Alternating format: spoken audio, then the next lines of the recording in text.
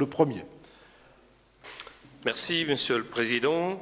Donc, sur le premier rapport relatif aux créations d'emplois, donc vous n'êtes pas sans savoir qu'une réorganisation des services est en cours. De ce fait, il faut mettre en adéquation les besoins liés à l'évolution de l'organisation. Donc, dans un premier temps, il s'agit aujourd'hui de créer des postes qui vous sont affichés dans les délibérations, postes nécessaires au bon fonctionnement des services. Sachant que nous aurons un comité technique au mois de juin, en principe, et on reviendra vers vous pour préciser les transformations et les suppressions de postes en lien justement avec les créations de postes qui vous sont proposés aujourd'hui. Donc c'est une délibération qui est, je dirais, plutôt technique et formelle aujourd'hui. Donc ça sera un jeu à somme nulle entre les créations et les suppressions de postes. Merci, Monsieur Tavernier. On peut peut-être passer au vote de cette première délibération. Ceux qui sont d'accord pour l'adopter, le manifestant levant la main. Merci bien. Avis contraire. Abstention. Avis contraire. Abstention. Abstention des deux autres groupes. Merci beaucoup. Deuxième rapport sur ressources humaines, temps de travail. Sur le temps de travail, c'est un sujet qui a déjà été évoqué, la presse en a déjà fait l'écho. Donc, par cette délibération aujourd'hui, il est proposé d'appliquer au sein de la collectivité la durée légale du temps de travail prévue par la loi sur l'aménagement et la réduction du temps de travail, loi dite loi Aubry. Donc, cette loi prévoit une durée annuelle du temps de travail à 1607 heures. Il faut savoir que suite à une délibération qui date de décembre 2001 au sein de la collectivité, le temps de travail était de 1525 heures. Alors cette mesure serait applicable au 1er janvier 2007 et c'est une mesure qui est à la fois indispensable pour se mettre en conformité par rapport à la loi, mais aussi parce que cette mesure, il faut l'avouer, contribue au nécessaire effort d'économie au sein de la collectivité.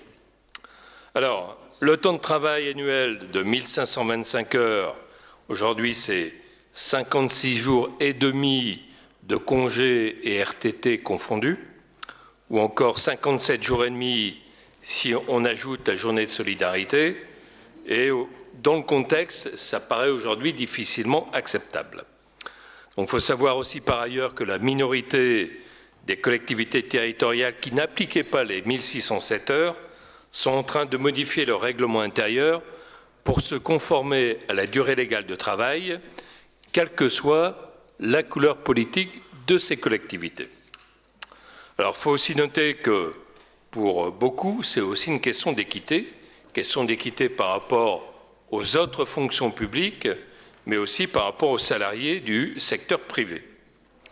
À noter que la Chambre régionale des comptes, qui est dans la collectivité maintenant depuis quelque temps, qui a rendu un pré-rapport dont un certain nombre ici ont eu connaissance, a relevé cette situation au niveau du département où il y a eu une dérogation par rapport au décret du 25 août 2000 et que le passage de 1525 heures à 1607 heures générerait un gain de plus de 350 ETP, soit 3,2% en termes de masse salariale ou encore de 15 millions d'économies.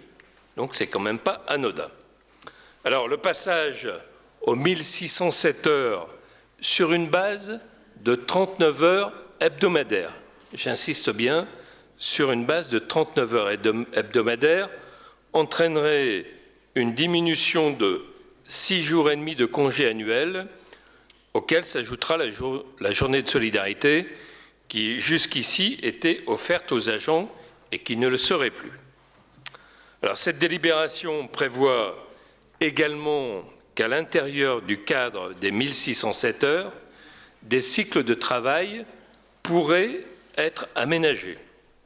Par exemple, travailler 35 heures sur 4 jours ou 4 jours et demi, ce qui bien sûr fait perdre le bénéfice de jours de RTT supplémentaires, et ces cycles feraient l'objet bien évidemment d'une discussion avec les organisations syndicales.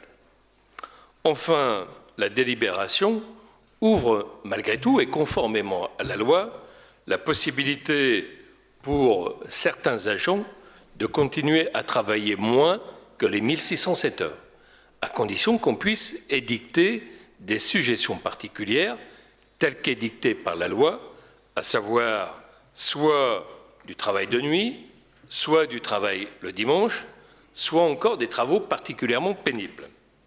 Donc cette question de ces catégories d'agents qui pourraient bénéficier d'un temps de travail inférieur aux 1607 heures ferait donc aussi l'objet de discussions avec les organisations syndicales. Voilà en termes succincts le contenu de cette délibération qui, je comprends, peut impacter fortement la situation des agents, puisque cette situation existe depuis une quinzaine d'années, mais ce point est largement souligné à l'intérieur du pré-rapport de la Chambre régionale des comptes.